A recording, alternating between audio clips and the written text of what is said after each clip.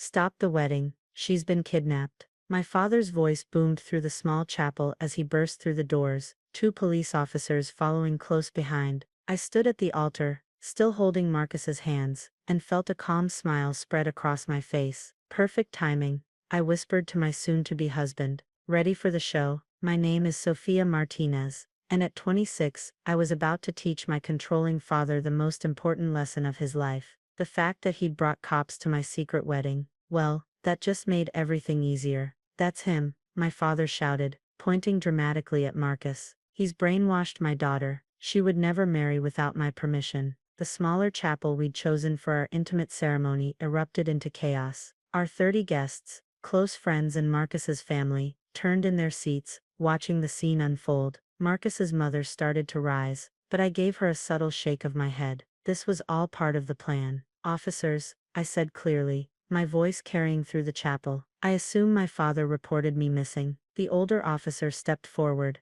looking uncomfortable in the formal setting. Yes, ma'am. Mr. Martinez filed a kidnapping report this morning. He claims your boyfriend has been manipulating you and forced you into this marriage. I nodded, reaching for my purse that my maid of honor quickly handed to me. I thought he might try something like this. That's why I came prepared. My father's triumphant expression faltered slightly as I pulled out a thick manila envelope. Sophia, what are you doing? My job, Dad. Or should I say, Detective Martinez. I turned to the officers. I'm sure my father used his position in the police force to convince you to crash my wedding, but did he show you these? I handed them the envelope, watching as they examined its contents. Inside was everything I'd collected over the past year. Documentation of my father's abuse of power, records of him using police resources to track my movements, statements from my friends about his harassment, and most damaging of all, proof that he'd threatened Marcus's family with false criminal investigations if they didn't convince Marcus to leave me. This is nonsense.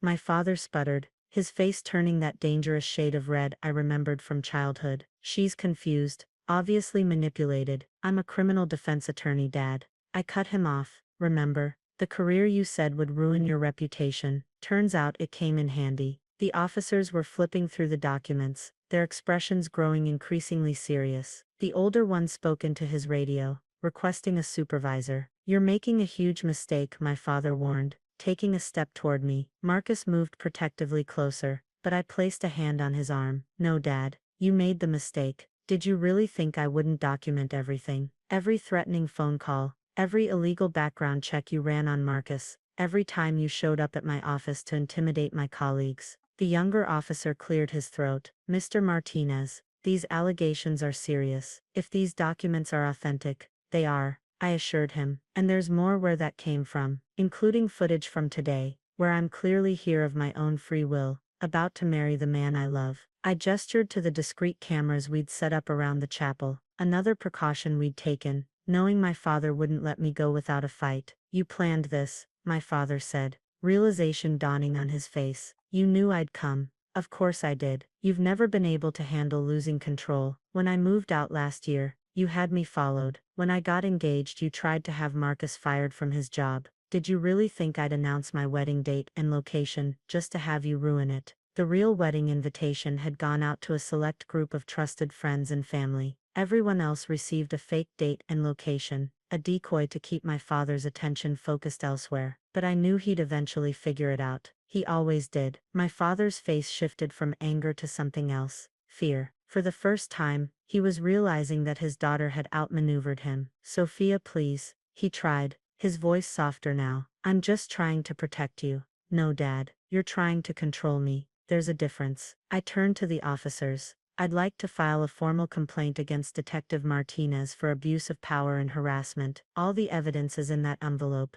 and my firm will be following up tomorrow. The chapel doors opened again as two more officers entered, higher-ranking ones based on their uniforms. My father's face went pale. Captain Anderson, he stammered. I can explain. Save it for internal affairs. Martinez, the captain cut him off, having clearly reviewed the situation with his officers. For now you're leaving, and if you ever use department resources for personal matters again, you'll be turning in your badge. As they led my father out, he turned back one last time. Sophia, you're making a mistake. The only mistake was letting you control my life for so long. I replied calmly. Goodbye, Dad. After they left, the chapel was silent for a moment. Then Marcus squeezed my hand, and I saw nothing but pride and love in his eyes. That, he said with a smile, was incredibly hot. A laugh rippled through our guests, breaking the tension. Marcus's mother was crying happy tears, and my best friend Amy, who'd helped orchestrate the whole plan, was giving me a thumbs up from her spot as maid of honor. Now,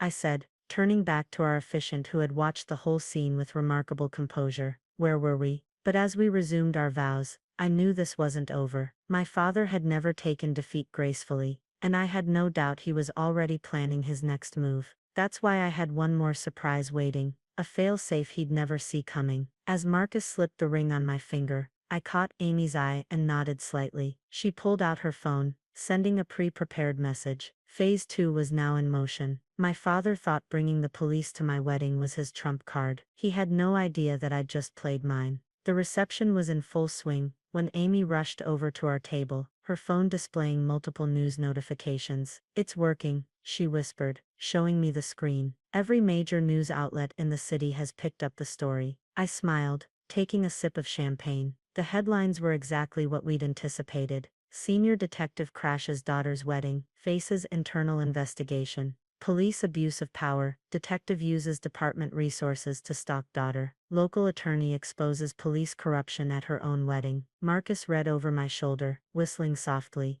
"Your father's going to lose it when he sees these." "That's the point," I replied, squeezing his hand. "He cares more about his reputation than anything else. Now everyone knows exactly who he is." The story we'd leaked to the press was carefully crafted, not just about today's events, but about years of systematic abuse of power. My father had used his position to control not just me, but countless others. Former boyfriend, who'd mysteriously lost jobs, or faced bogus investigations. Friends who'd been harassed with random traffic stops. Even my mother, before she passed away, had lived under his constant surveillance. My phone buzzed, a message from Dad: "Take it down, now, or else." "Or else what?" I murmured, showing Marcus the text. "He has nothing left to threaten us with." As if on cue, Amy's phone rang. She answered, listened briefly, then grinned. "The captain just suspended him pending investigation. They're collecting his badge and gun tonight." I should have felt sad, seeing my father's career implode.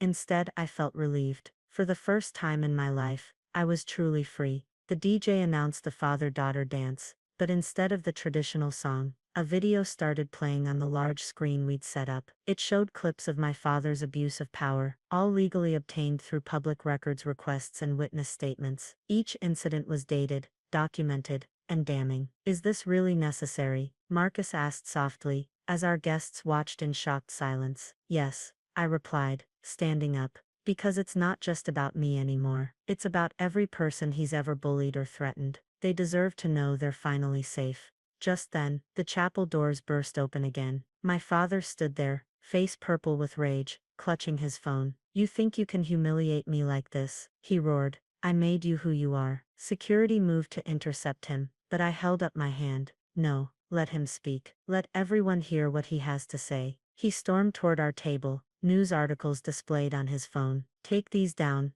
or you'll what, Dad? Run another illegal background check? Have your officers harass more innocent people? Your badge is gone. Your power is gone. All you have left is the truth about who you really are." The room was dead silent, everyone watching our confrontation. Even the DJ had stopped the music. "I protected you," he insisted, but his voice was weaker now. "Everything I did was to keep you safe." "Safe?" I laughed, but there was no humor in it. "Was Mom safe when you had officers following her every move, until the stress contributed to her heart attack? Were my friends safe when you threatened their families? Was Marcus safe when you tried to destroy his career?" Each accusation hit him like a physical blow. He stumbled back, looking around the room at the faces of our guests, faces that showed not sympathy, but recognition. How many of them had suffered similarly at his hands? "The worst part," I continued, my voice clear and steady, "is that you actually believe you were protecting me. But protection doesn't require control, Dad. Love doesn't require submission." "I'm your father," he whispered,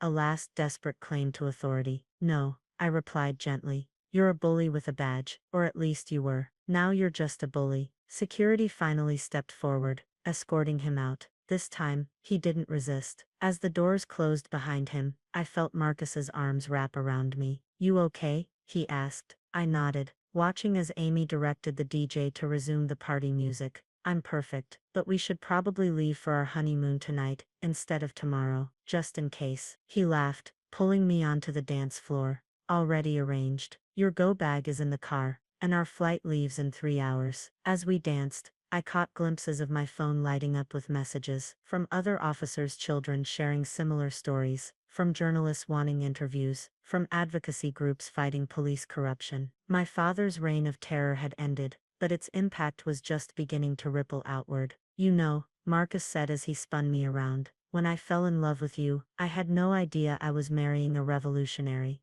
I laughed, resting my head on his shoulder. "When I fell in love with you, I finally found the strength to be one." The night was far from over, and I knew there would be consequences to face when we returned. But for now, surrounded by love and free from fear, I was exactly where I needed to be. And somewhere across the city, my father was finally learning what it felt like to be powerless. 3 weeks later, Marcus and I returned from our honeymoon in Bali, to find our world had shifted dramatically. The story of my father's abuse of power had snowballed into a full-scale investigation of the entire police department. Dozens of officers were under scrutiny, and more victims were coming forward daily. My office voicemail was full of messages, some threatening, many supportive, but one stood out. It was from my father's partner of 15 years. "Sophia, your father, he's not doing well. He's been drinking, talking crazy. Yesterday he turned in his resignation. I think he's planning something." I played the message for Marcus as we unpacked. Should we be worried? Before he could answer,